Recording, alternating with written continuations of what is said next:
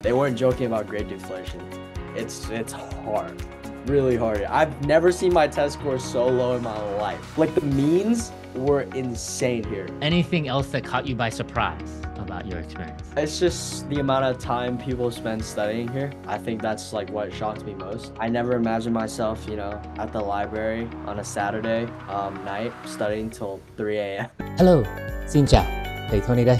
Chào mừng các bạn đã đến với Chuyện Du Học Podcast được sản xuất bởi chương trình College Campus của Everest Education. Đây là nơi chúng ta cùng chia sẻ câu chuyện và truyền cảm hứng liên quan đến việc du học Mỹ. Và tôi là Tony Ngô, chủ tịch và đồng sáng lập viên của Everest Education. Đã là người dẫn dắt podcast hôm nay. Và đây là mùa thứ 4 của Chuyện Du Học.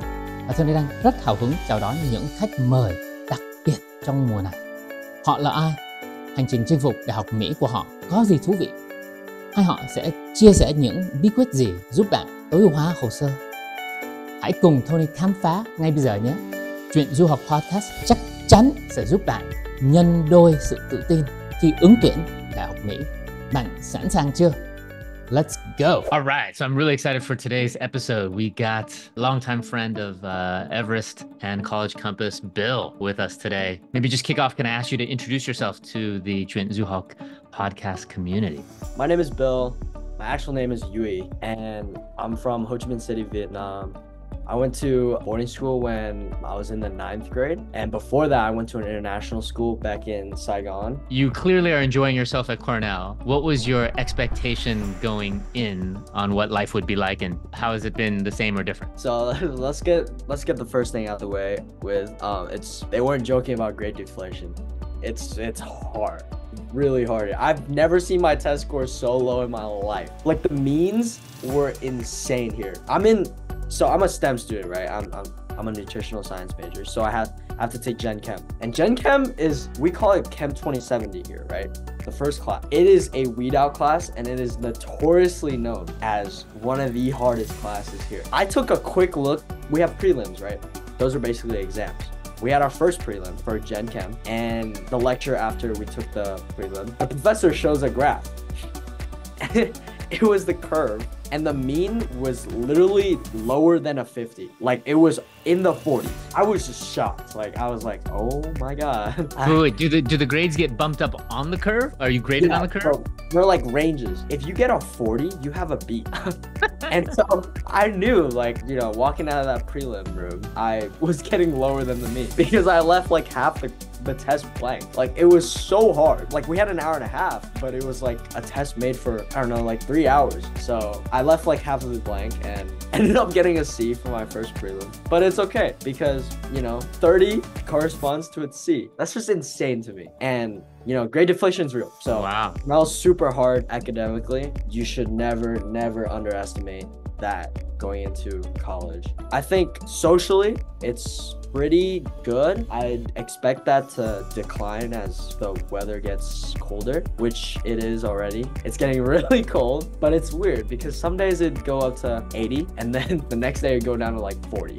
So it makes no sense. Just only in Ithaca. Conversely, on the social side, being in super cold, I was in Chicago, New York, and Boston, right? So I know cold weather too. It forces you inside. So it's a different type of social environment. You do more small group interactions in your dorm or everything, right? But less outdoor in the fields playing sports or, running around, that kind of stuff. So, I think you have notoriously fun party scene at Cornell as well because of that. Great. So the school is very big on Greek because, it's in Ithaca and there's not a lot of civilization around. So Greek life is very big here. So there's a lot of parties and houses and stuff, and so that's pretty good considering the cold weather because people just stay indoors. But I think the most dreadful part about the cold weather is that I don't want to walk to class because my hands get super cold, I get super cold, and every day I'm walking, it's always I gotta leave my room 20 to 30 minutes before to walk to class because it's so far away. But everyone walks to class.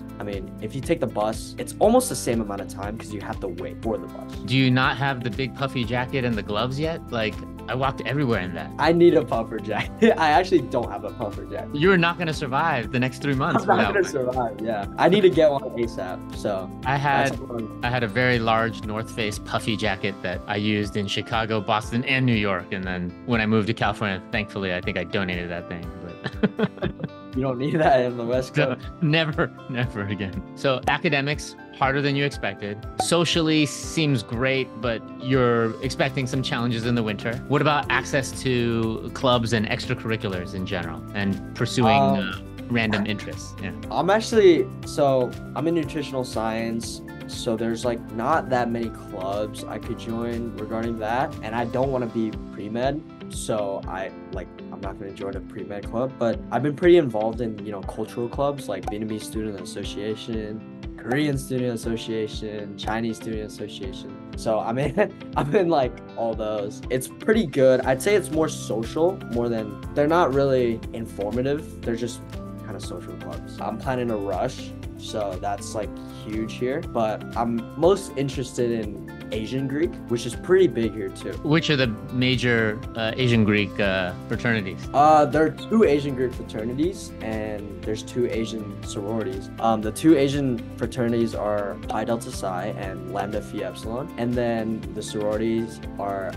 AKD Phi and Kappa Phi Lambda. I don't know if I ever told you, I'm a Lambda. You're a Lambda? I'm a Lambda. I was Lambda Theta class at Stanford, and I was president of the fraternity, and I was pledge sensei, which is pledge master, running the thing for a long time. I was very, very Greek during my Stanford career there, and my wife is a KD Phi, actually. Oh my gosh! The world is small. Very small world indeed. For me, it was not something that I intended to do at all, per se. I got to college and had no intention of rushing at all. But I met some of the older guys. Yeah, I guess similar, right? Have this very positive impression. They're like, oh, they got their shit together. They're doing cool things. Many of them, at that time in my freshman year, I started to develop more of an interest towards business and finance and technology. And a lot of them were in tech finance, getting the cool banking and consulting and startup internships. And so I just wanted to learn from them. And then, so I was like, oh, they have a lot of similar interests to me. It actually had zero to do about partying. I was a very serious president. I had to oversee the parties, but I didn't, it wasn't about the partying at all. Of course. But I actually looked up to a lot of the guys ahead of me. And I'll say to this day, many of my best friends are actually through Stanford Lambda, because 1, it's an incredible bonding experience. 2, you find that hey, you go through those experiences together, then you continue to build on it in ways that are just different than dorm friends and other social acquaintances that you have. So we'll still get together all the time. Different members of the fraternity in LA, in the Bay Area, in New York, we'll get together and make an effort. And it's definitely helped me. So with a career in business, it's been crazy to see how much overlap, we have to be able to just call each other up for advice, questions on things that I think are just a little bit more accessible than if I was to call another alumni from Stanford, even though we went to the same school. It's just a little bit less friction, right? To ask for a favor for a coffee chat or whatever, right? So yeah, I think incredibly helpful there. Anything else that caught you by surprise about your experience? It's just the amount of time people spend studying here. I think that's what shocked me most. I never imagined myself, at the library on a Saturday night studying till 3 a.m. But, that's what you got to do. And especially for STEM majors at a prestigious school, you got to put in the time to get good grades. I had to do that this past weekend because I really got to lock in now. Bui, who also was one of our early students who went to boarding school, she went to an East Coast school called Taft before getting into MIT. But she talks a lot about her personal struggles, not necessarily because of the school or anything else, but that ultimately she felt that probably could have been a lot healthier mentally if she actually had stayed closer to her family, for example. But she looked on the surface totally ready. Her grades were phenomenal. She was involved in so many things even when she got there. So actually going back to that decision to apply to boarding school, because I remember, the question definitely came up, and your family is not unique. How do you know you're actually ready? That's funny because I think I went through a similar experience to her. Like on the surface, definitely I look like I'm doing well. You know, my grades are relatively good. You know, I'm involved in sports, activities, and all these different societies in boarding school. But yeah, not staying in touch with your parents for a long time is very common at boarding school because you're so busy, your schedule is packed, and every day you have something to do at, you know, every hour of the day, and you maybe have like 40 minutes of downtime each time you have a block. And so it's really hard to just like set aside time where you're like, oh shoot, like I'm gonna call my parents at this time on this day. Yeah,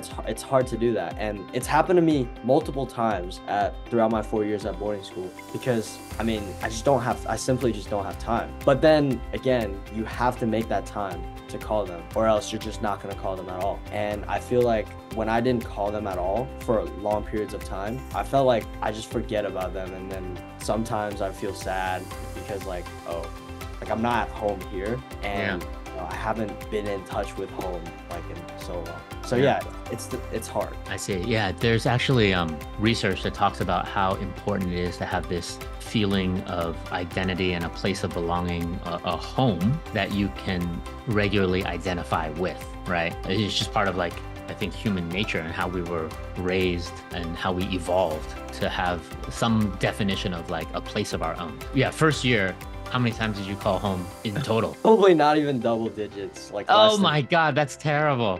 It's bad. Like, it was bad. Yeah. What about by senior year? Did that improve? Senior year definitely improved. I'd say like close to 30. So. Oh, wow. Okay. That's good. So yeah, like once a week. Yeah, once a week pretty much. Yeah. That's very good. Okay. Highly recommend it. As a parent myself, as soon as my kids go away to college, I definitely hope that they at least do the once a week thing as well. So thank you for sharing that tip. Yeah. A second part of it, I think, is around and it touches on the independence part for you, is like the maturity. I was worried for you because I remember you as a 6th, 7th, 8th grader, and we're like, hey, Bill, you should really read this and that. And, you know, you might get through like a chapter, and you were a very good reader, but you were lazy as hell. I felt like all you wanted to do was play basketball. And so we would talk about basketball, but we couldn't get you to focus on reading and really learning for the sake of learning itself. It felt like very hard, but then very different now, right? Like what changed over the last, 4 or 5 years in that side of it? I feel like, I don't know. I used to really like video games and basketball as a kid. So like you already said, all I wanted to do was that instead of studying. But I guess as I grew older, I kind of just like strayed away from video games because my friends are also off to do their own things at their own schools. We don't really play together, and so I kind of moved away from video games. And as for basketball, I got cut from JV basketball in high school, and then I moved to wrestling, and half the time I'm like either wrestling or in the gym. So then as I got into the gym sophomore year, I kind of just stopped video games, and then eventually I just like started studying more because I had more work, and then I would just study with friends, and that would be fun because you can have a little bit of a talking session and then back to work and then keep talking and then back to work. I feel like that's fun while listening to music. You remind me a lot of my son, Ian. So I had a conversation with him this weekend about so how addicted do you think you are to your smartphone compared to your friend, right? He's like, Dad, you don't realize it, but I'm the least addicted out of anyone at school, right? And it's because I'm so busy. He's in so many sports. He does tackle football 4 times a week plus games.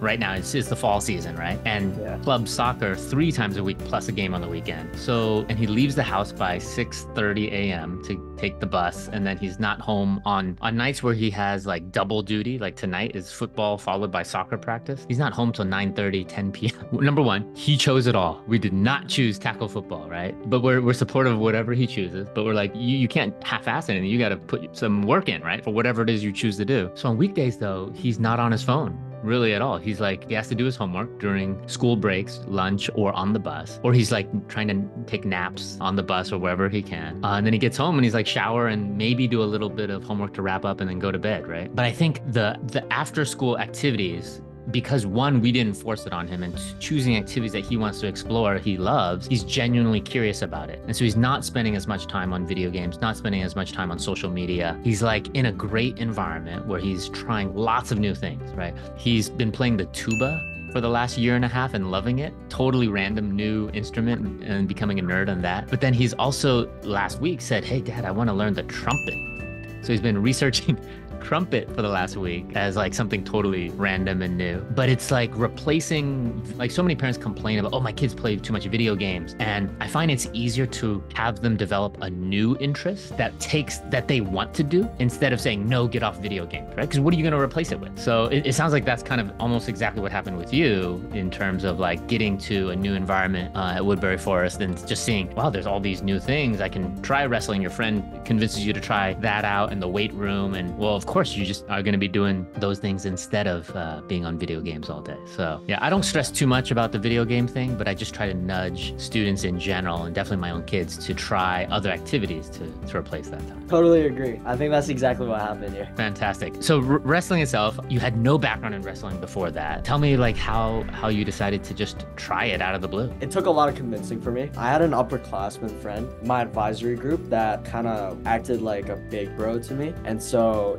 he like mentored me. And, you know, when I got cut, he was like, you know, it's all good. Why don't you come try some wrestling? He was captain, so obviously he said that. You know, I tried it. I gave it a shot because I didn't want to do swimming. And so I went to the mats and just fell in love with the sport. Kept grinding, kept my head down. And then that got me into the gym, which is not what I really love. The advisory group, I'm actually super curious on that. So not every school has something to pair you up with like upperclassmen. Tell me about the advisory setup. How does Woodbury Forest set it up and what works well and, you know, what doesn't work well about it? I think Woodbury sets up the advisory groups pretty well. I mean, it's randomized which advisor you get, but there's basically a faculty member who's an advisor. And then there's a group of advisees, which could range from, you know, freshmen to seniors. And I feel like we meet regularly, right? So we meet weekly for chapels, and then we meet to eat together, you know, or at the advisor's house, because all the faculty lives on campus. We have their house, they cook for us, we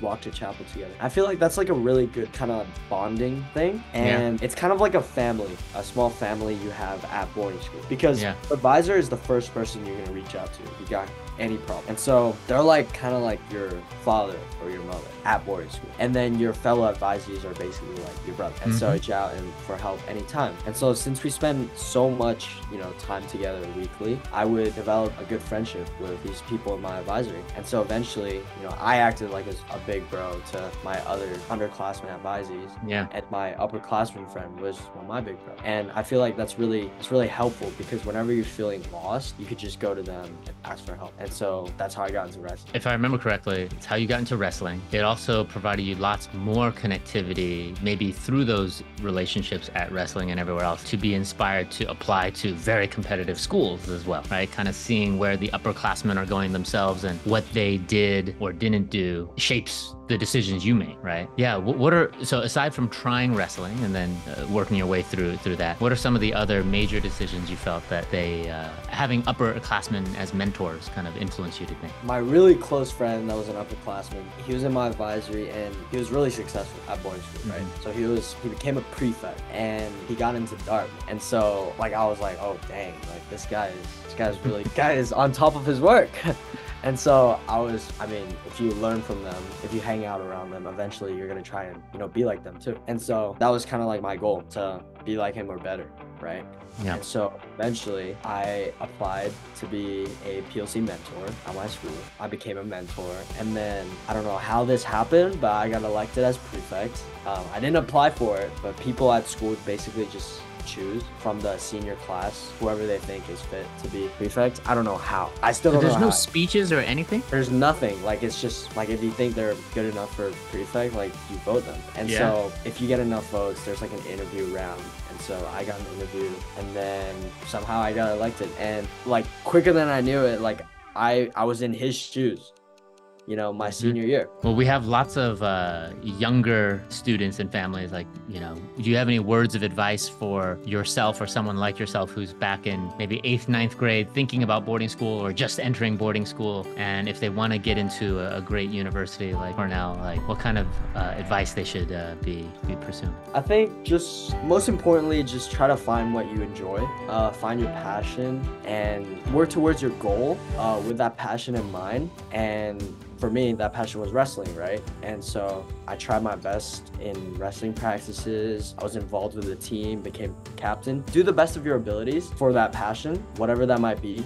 Club, sports, just stay on top of your work. Don't goof around too much. And I think you'll be ready by the time you're a senior to apply. Yeah, I think on the building off your point about the passions, I think too many students take it for granted that they won't really focus on something until right before the application. Like they think like the end of 11th grade is when they need to focus and really have something. But the reality is the schools look for, one, certainly the intellectual curiosity, right? To do something that stimulates your brain and shows how you are as a student. But two, in whatever activity you're going to do as an extracurricular, whether it's sports or leadership or research or business competitions, whatever it is you're doing, arts, to demonstrate that depth of commitment over a sustained period of time and to show that you're going to progress deeper into that. It's no longer good enough to be that well-rounded kid who does a little bit of everything. You're a member of the robotics club, the debate club, the VSA, the everything else, right? You progressed to be from starting a whole new sport to being captain of that team and having a leadership position there. You had enough of a leadership presence on campus that you were chosen to be a prefect and head prefect on campus to demonstrate through a second way that like, hey, you have a presence, a contributing value to those around you on campus that I think most students go more through a check the box approach. And so what I really like is that despite you not studying for the SATs, you really devoted that time to going really, really deep